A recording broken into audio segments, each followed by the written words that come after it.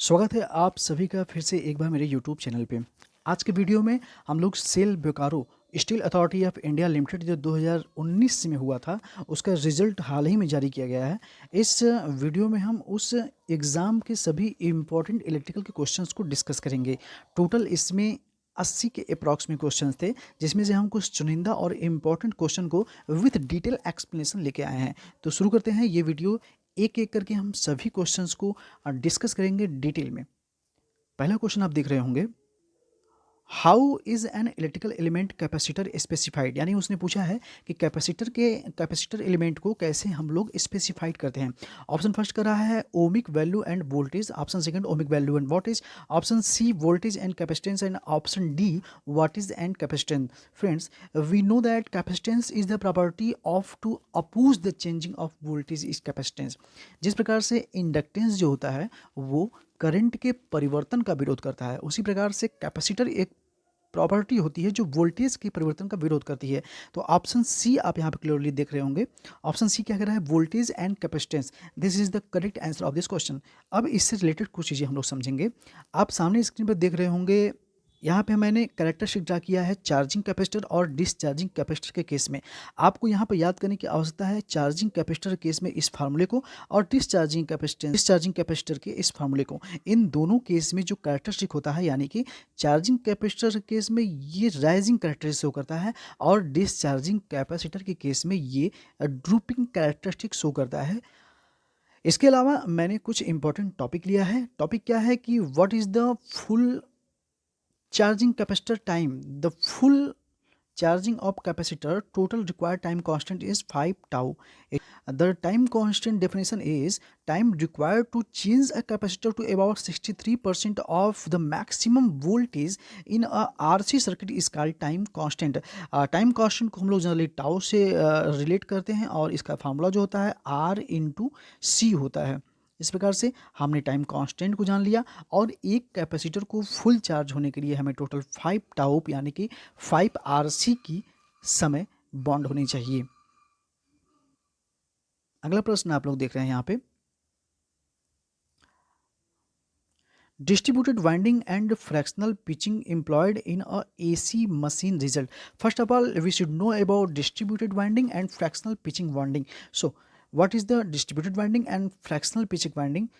There are two types of winding, one of them concentrated winding and second of them distributed winding. Here we are going to discuss about distributed winding. What is the distributed winding? In distributed winding, number of poles is not equal to number of slot. Second point is that used in stator and rotor of induction motor. ये induction motor के rotor और stator पे use होता है। क्या? Distributed winding used in armature of both synchronous and DC machine. DC machine के ये और सिंक्रोनस मोटर के आर्मेचर वाइंडिंग में ये भी उपयोग होता है distributed winding. The most important point of this video, it reduce harmonic present in the generated EMF. Generated EMF के हार्मोनिक्स को रिड्यूस करता है क्या? Distributed winding. That why we are use most of the instrument, most of the machine except concentrate winding, we prefer distributed winding. It reduced armature reaction को भी ये reduce करता है। तो अब आते हैं अपने प्रश्न पे। प्रश्न क्या कर रहा है कि distributed winding and fractional pitching employed in AC machine result in option A increase of EMF and reduction of harmonic.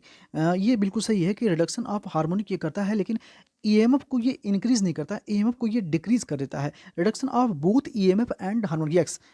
So the answer of this question is option B. यहाँ पे हमें दोनों चीज़ मिल रहे हैं, reduction of both EMF and harmonic. So answer of this question, ये question का जो आंसर हो जाएगा, distributed winding and fractional pitching employed in AC machine result in reduction of both EMF and harmonics. Next question हमारा क्या कर रहा है, for the measurement of earth resistance of a given earth electrode. यहाँ पे अर्थ megger testing की बात हो रही है, यानी कि जब हम अर्थ मेजरिंग करते हैं या अर्थ रेजिस्टेंस की वैल्यू ज्ञात करते हैं तो उस एक टिपिकल प्रोसेस में हमें कलेक्टिंग इलेक्ट्रोड होता है, should be very near to the electrode under test. Test के अंतर्गत कलेक्टिंग इलेक्ट्रोड का पोजीशन क्या होता है, इसके बारे में पूछ लेता है। फर्स्ट ऑफ ऑल हम लोग देख लेते हैं कि अर्थ मेजरिंग होती क्या है। आप यहाँ पर देख रहे होंगे जो पिक्चर में आपको दिख रहा है, यहाँ पे हमारे पास एक अर्थ इलेक्ट्रोड है और इस जो इनर स्टैक और आउटर स्टैक है, यही हमारा कलेक्टिंग इलेक्ट्रोड है।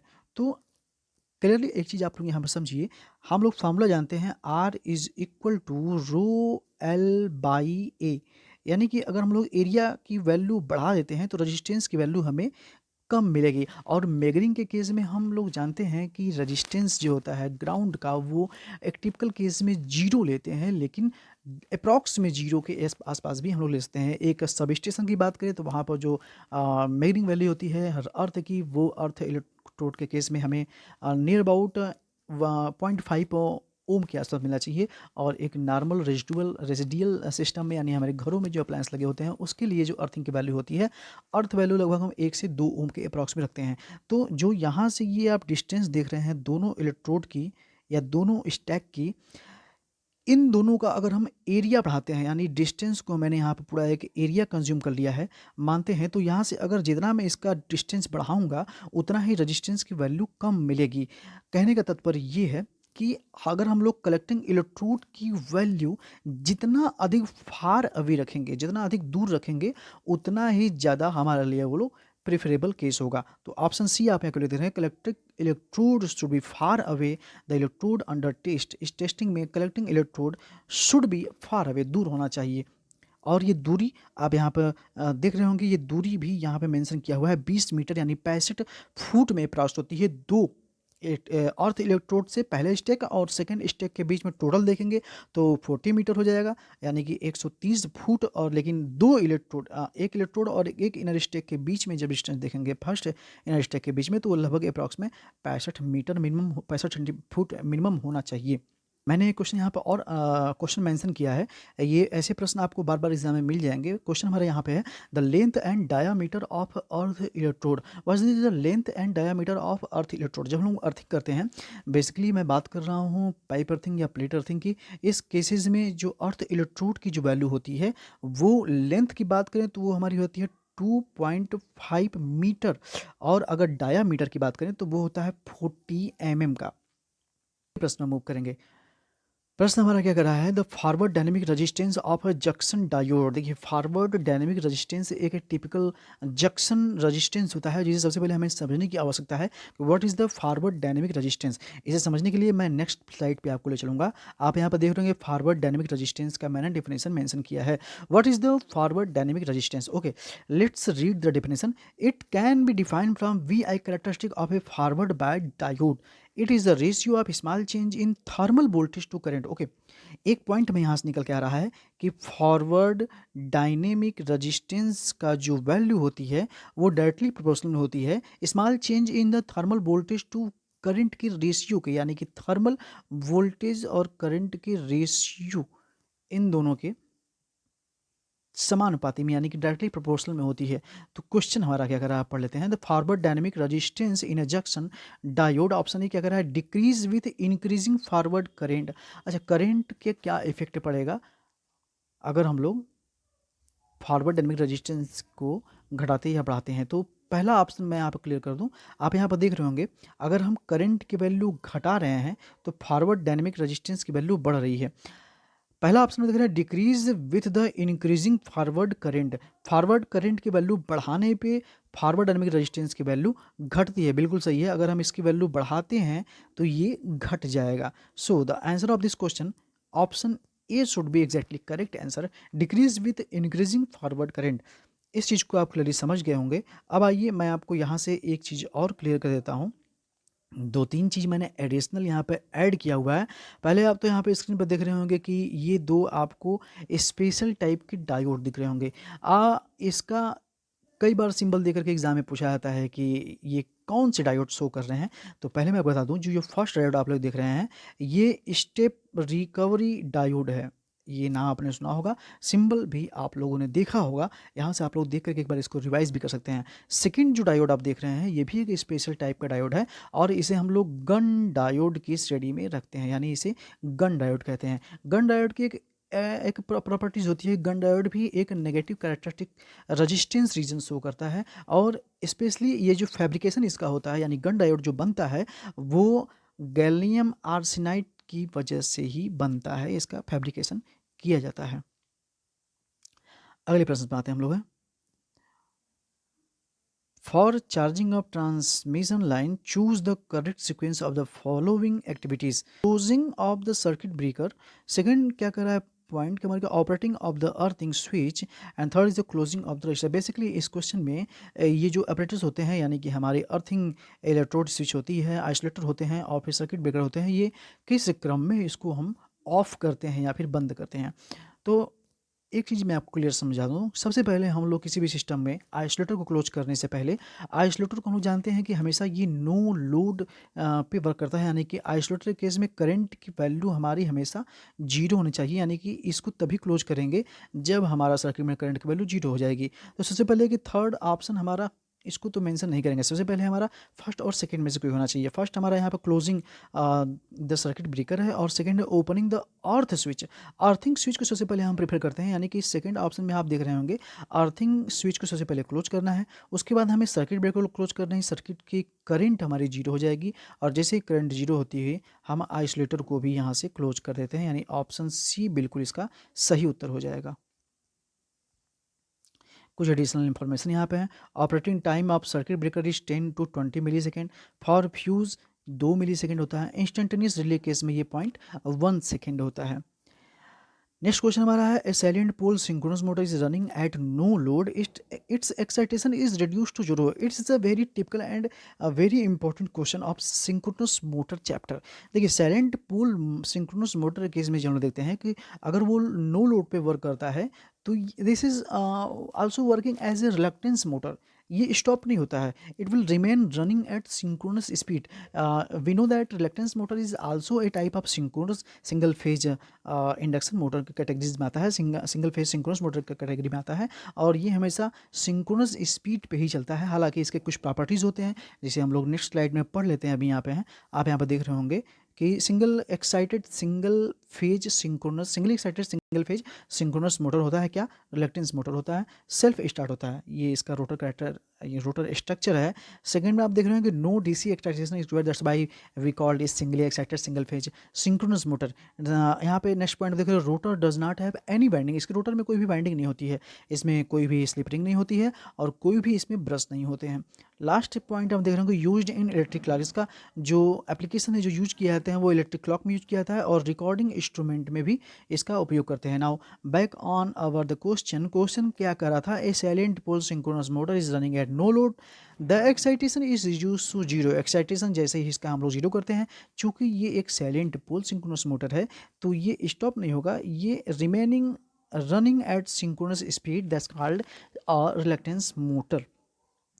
अगले प्रश्न में हम लोग मूव करेंगे, a single phase preventer trips frequently in the motor, what is the reason for it. इसका रीजन क्या होगा। अगर हम लोग सिंगल फेजिंग आप लोगों ने पढ़ा होगा कि what is the single phasing, सबसे पहले हम समझ लेते हैं what is the single phasing. Single phasing क्या होता है कि 3 फेज स्टार या डेल्टा कनेक्शन में अगर एक फेज हमारा वहाँ से निकल जाता है, टूट जाता है या फिर किसी तरीके से क्षतिग्रस्त हो जाता है, that is the special case, in this that case we called single phasing occur in transmission or distribution system line. So question हमारा कह रहा है, in single phasing preventer trips frequently in motor, what is the reason for it. तो reason क्या होता है, improper phase sequence, low supply voltage, abnormal fluctuation in the voltage, and last option relay of single phase preventation is not energised. देखिए इन सभी option में आपको most preferable option choose करना था, हालांकि ये सभी एक उसके कारण बन सकते हैं।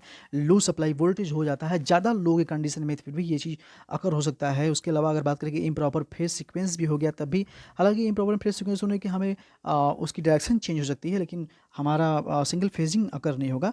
देखिए सी ऑप्शन आप जो यहाँ पर देख रहे हैं, abnormal fluctuation in the voltage, voltage में अगर हमें एबनॉर्मली फ्लक्चुएशंस मिल रहे हैं यानी वोल्टेज अप्रत्याशित रूप से घट रहा है या बढ़ रहा है, उस केसेस में क्या होता है कि हमारी एक वाइंडिंग क्षतिग्रस्त होने की समस्या है, उसमें चांसेस बढ़ जाते हैं, जिसे हम लोग सिंगल फेजिंग कर लेते हैं। देखिए सिंगल फेजिंग के जो इसका क्वेश्चन का जो आंसर हो गया वो तो ऑप्शन सी आप यहाँ पर क्लियरली देख रहे होंगे, abnormal fluctuation in the voltage, ये सेल बोकारो ने इसे ऑप्शन सी को माना है। अभी हम लोग नेक्स्ट स्लाइड पे आपको ले चलते हैं। यहाँ पे आप देख रहे होंगे मैंने डिस्कस किया है कि स्टार और डेटा कनेक्शन में कितने प्रकार के सिंगल फेजिंग हो सकते हैं, या फिर अगर एक वाइंडिंग उसमें बर्न हो जाती है तो उसका क्या केसेस बनते हैं। देखिए, पहले हम लोग देख रहे होंगे यहाँ पे single phasing in star connection.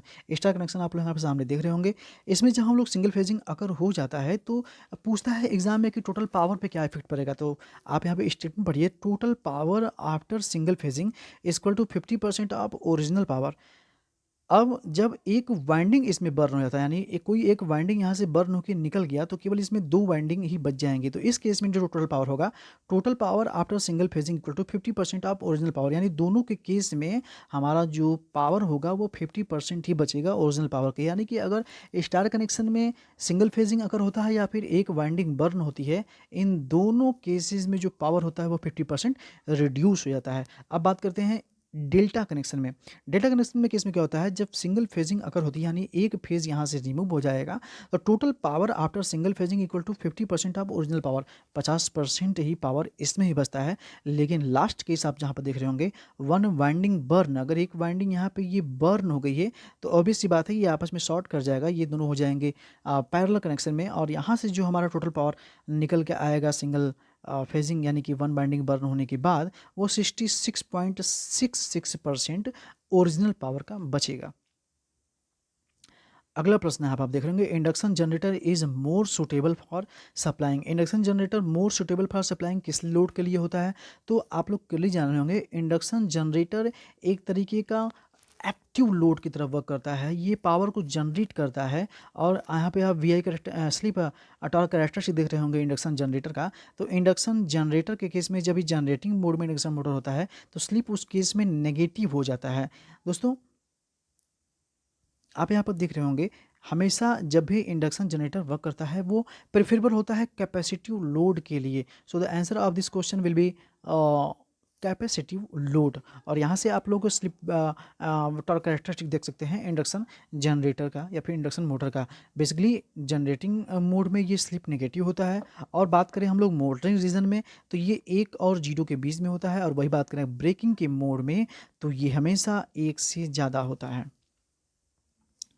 अगला प्रश्न हमारा देखिए यहाँ पे आपके सामने आ गया है, in a single phase fully control rectifier with continuous DC load current the number of thyristor conduct during commutation. Commutation is a process in which we turn off the SCR।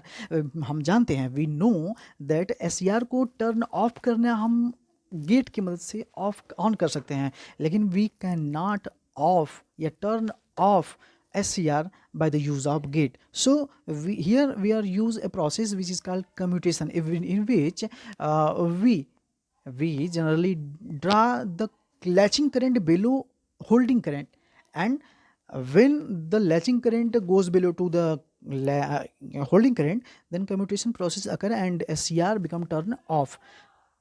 So first of all, the answer of this question is option D 4। इस question का जो सही उत्तर है वो D होगा। अब समझ लेते हैं कम्यूटेशन कितने टाइप के होते हैं, how many types of commutation, या फिर कम्यूटेशन प्रोसेस के कितने भी तरीके होते हैं। यहाँ पर आप देख रहे होंगे ये कुल एक 2 टाइप का पहले बात हमारे पास कम्यूटेशन है, एक फोर्स कम्यूटेशन है, एक नेचुरल कम्यूटेशन है। फोर्स कम्यूटेशन में याद करने की बात आपको ये है कि फोर्स कम्यूटेशन एक DC सप्लाई पे ही वर्क करता है, जबकि हमारा नेचुरल कम्यूटेशन जो होता है वो AC सप्लाई पर वर्क करता है। DC सप्लाई यानी कि फोर्थ कम्यूटेशन जो कुल इतने टाइप से, क्लास A टाइप के जो कम्यूटेशन होता है उसे लोड भी कहते हैं, क्लास B को करंट कहते हैं, क्लास C टाइप को कम्प्लीमेंट्री कहते हैं, क्लास D टाइप को वोल्टेज टाइप का कहते हैं, और क्लास E टाइप का जो होता है वो एक्सटर्नल पल्स होता है। जबकि AC टाइप की कम्यूटेशन यानी कि नेचुरल कम्यूटेशन के प्रोसेस में केवल हमें एक तरीके का मिलता है कम्यूटेशन, उसे हम लोग कहते हैं क्लास F टाइप का इंसुलेशन। क्लास F टाइप का कम्यूटेशन ही केवल AC सप्लाई पे वर्क करता है, बाकी DC सप्लाई केस में केवल हम लोग फोर्स कम्यूटेशन का उपयोग करते हैं। तो यहाँ पे आप लोग यहाँ पे जान लिए होंगे कि कम्यूटेशन कितने टाइप के होते हैं। Commutation is a process to turn off the SCR। अगले प्रश्न में हम लोग मूव करेंगे। DC generator used for voltage drop compensation is known as. Generally compensation का मीन होता है उसे डाउन कर देना, वोल्टेज ड्रॉप को कैसे हम लोग इम्प्रूव कर सकते हैं। तो डीसी जनरेटर वो कौन सा होगा जिसके उपयोग से हम वोल्टेज ड्रॉप को कंपनसेट कर सकते हैं, यानी कि रिमूव कर सकते हैं, वोल्टेज ड्रॉप को ख़त्म कर सकते हैं, यानी कि वोल्टेज ड्रॉप को इनडायरेक्टली हम लोग इम्प्रूव कर सकते हैं। आप लोगों ने इस क्वेश्चन को पढ़ने के बाद एक चीज़ आपके दिमाग में उभर के आई होगी कि डीसी जनरेटर वो कौन सा होता है जिसे हम वोल्टेज ड्रॉप को इम्प्रूव कर सकते हैं। तो हम लोग फीडर लाइन सिस्टम में एक पढ़ते हैं, यहाँ पे आप देख लेंगे बूस्टर जनरेटर के बारे में। बूस्टर जनरेटर ही वो एक इंस्ट्रूमेंट होता है जिसकी मदद से हम लोग फीडर में इसे सीरीज में कनेक्टेड करके, आप इसका स्ट्रक्चर देख रहे होंगे, हम लोगों ने इसे सीरीज में कनेक्ट करके हम क्या करते हैं कि वोल्टेज को इम्प्रूव कर देते हैं और वोल्टेज ड्रॉप को कंपनसेट होने से, वोल्टेज ड्रॉप होने से बचा लेते हैं। A booster generator is essentially a DC series generator of large current capacity and it is connected in series with the feeder whose voltage drop is to be compensated. So now we back on our question is that DC generator used for voltage drop compensation is known as। तो आप लोग clearly यहाँ पर समझ गए होंगे कि यहाँ पर आप देख रहे होंगे ये हमेशा सीरीज में कनेक्ट होता है और डीसी सीरीज मोटर के लिए उपयोग किया जाता है। तो इसका ऑप्शन जो होगा वो ऑप्शन ए आप देख रहे होंगे, डीसी सीरीज जनरेटर होता है। बेसिकली कभी कभी हम इसे बूस्टर ट्रांसफार्मर भी कहते हैं। अगला प्रश्न आप लोग देखिए यहाँ पे स्क्रीन पर, in shunt generator interpole winding carries. Interpole winding क्या कैरीज करती है? तो अगर इंटरपोल वाइंडिंग के बारे में नहीं जानते होंगे तो मेरे टेक्निकल टैबलेट के आप कोर्स में चले जाएगा, मेरे ही वीडियो में पढ़े होंगे और उसमें डोज 6 या डोज 8 की वीडियो में आपको ये मिल जाएगा इंटरपोल वाइंडिंग के बारे में। बहरहाल वहाँ जाने से पहले मैं आपको यहाँ पर फिर से बताता हूँ कि इंटरपोल वाइंडिंग होती क्या है। इंटरपोल वाइंडिंग जो होती है वो आर्मेचर की सीरीज में कनेक्ट होती है, जैसा कि आप यहाँ पे स्क्रीन पे इसको देख भी रहे होंगे। Interpole winding is connected in series with the armature. So question में ये पूछ भी रहा है कि शंट जनरेटर में इंटरपोल वाइंडिंग की पोजीशन क्या होती है, यानी ये आर्मेचर करंट इससे कनेक्टेड होता है। आप लोग देख रहे होंगे इंटरपोल की वाइंडिंग यहाँ पे पोल से सीरीज में कनेक्टेड है। अगला प्रश्न आप देख रहे होंगे केल्विन डबल ब्रिज के बारे में। यहाँ पे in a Kelvin double bridge two sets of reading are taken when measuring a low resistance, one with the current is one direction and the other with the direction of current reversed. This is done to. Kelvin double bridge में ये process क्यों किए जाते हैं, किस उद्देश्य से किए जाते हैं? तो इसका उत्तर जो हो जाएगा वो है थर्मो इलेक्ट्रिक इफेक्ट को एलिमिनेट करने के लिए। क्या होता है थर्मो इलेक्ट्रिकल इफेक्ट? तो thermoelectrical effect is a effect which is also called Seebeck effect. क्या होता है कि when two wire of different material are joint to form close circuit and the two joints and are placed at different temperature, then a small EMF is developed in that closed circuit and a small current flow through the closed circuit. This process is called Seebeck effect और thermoelectrical effect। तो इस प्रश्न का जो सही उत्तर हो जाएगा वो option D, eliminate the effect of thermoelectrical effect. एक और अच्छा प्रश्न आपके सामने अब स्क्रीन पर आ गया होगा, ceiling fan uses. Ceiling fan में कौन सा सिंगल फेज का मोटर हम लोग यूज करते हैं? तो ये चीज़ तो क्लियर है कि सीलिंग फैन में सिंगल फेज इंडक्शन मोटर ही यूज होता है, लेकिन इस क्वेश्चन को जो सेल ने इसका आंसर माना है उन्होंने उसका उत्तर सही किया है option C, capacitor start start motor को, सॉरी इन्होंने capacitor start capacitor run motor को सही किया है। लेकिन मैंने इसके एक आध दो जगह प्रश्न और देखे थे, आप यहाँ पे स्क्रीन पर देख रहे होंगे। ये पहला प्रश्न जो पूछा गया है यूपीपीएससी पॉलिटेक्निक लेक्चरर में पूछा गया है, 22 नवंबर 2021 को हुआ था और इन्होंने जो इसका आंसर सही किया था वो कैपेसिटर रन टाइप मोटर सही किया था। और आप यहाँ पर देख रहे होंगे ए सीलिंग फेज यूजेज जो 2011 में आरपीएससी लेक्चर प्रीवियस ईयर में पूछा गया था, इन्होंने यहाँ पे capacitor start capacitor run induction motor सही किया है। हालांकि इसमें ऑप्शन ये वाला अवेलेबल नहीं था इसलिए इनको यहाँ पर सही किया है। और जो सेल में क्वेश्चन पूछा गया है यहाँ पे इन्होंने उसका उत्तर सीधे सही किया है, capacitor start capacitor run induction motor. Reason इन्होंने इसका ये दिया है कि अगर ऑप्शन में ये both given in option, in that case best possible answer is permanent capacitor और कैपेसिटर रन मोटर, यहाँ में इसको मेंशन किया है। तो यानी कि अगर ऑप्शन में आपको दोनों मिल जाए, परमानेंट कैपेसिटर या कैपेसिटर रन मोटर मिल जाए तो हम लोग इसी को प्रेफर करेंगे। अदरवाइज़ अगर ये ऑप्शन नहीं है तो आप जैसे यहाँ पे इन्होंने इसका आंसर सही किया था capacitor start capacitor run motor, तो यहाँ पे आप इसको सही कर सकते हैं। तो ओवरऑल जो हमारा इस क्वेश्चन का आंसर हो जाएगा वो capacitor start, capacitor run motor हो जाएगा। अगला प्रश्न आप देख रहे हैं, प्रश्न ये कह रहा है single phase AC regulator is use to convert. Single phase AC regulator, regulator जो होता है एक तरीके से वोल्टेज को चेंज करता है और वो भी फ्रीक्वेंसी वहाँ पे कांस्टेंट होनी चाहिए। तो आज देख लेते हैं कौन ऑप्शन में हमारा इसका आंसर मिल रहा है। ऑप्शन ए हमारा क्या कर रहा है, fix AC voltage two variable magnitude AC voltage at the same frequency. ठीक है, हमें आंसर यहाँ यही मिल गया है, ऑप्शन ए ही इसका करेक्ट आंसर होगा, क्योंकि यहाँ पे आप पढ़ रहे होंगे इन्होंने फिक्स एसी को वेरिएबल मैग्नीट्यूड एसी वोल्टेज में चेंज किया है और सेम फ्रीक्वेंसी पर चेंज किया है। तो ये हो रहा इस क्वेश्चन का सही आंसर।